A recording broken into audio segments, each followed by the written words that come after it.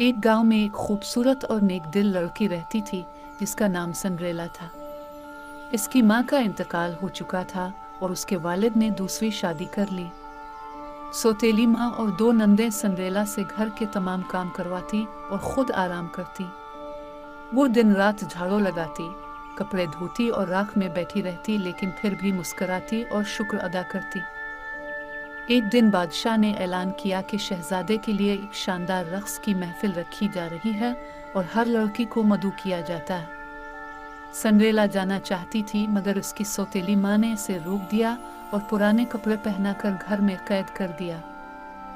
जब वो गमगीन बैठी थी तो एक परी नमूदार हुई। परी ने अपनी जादू की छड़ी घुमाई और सिंड्रेला के पुराने कपड़े एक हुसैन लिबास में बदल गए। कद्दू को सुनहरी बग्घी और चूहों को घोड़े बना दिया। परी ने खबरदार किया कि जादू सिर्फ आधी रात तक चलेगा।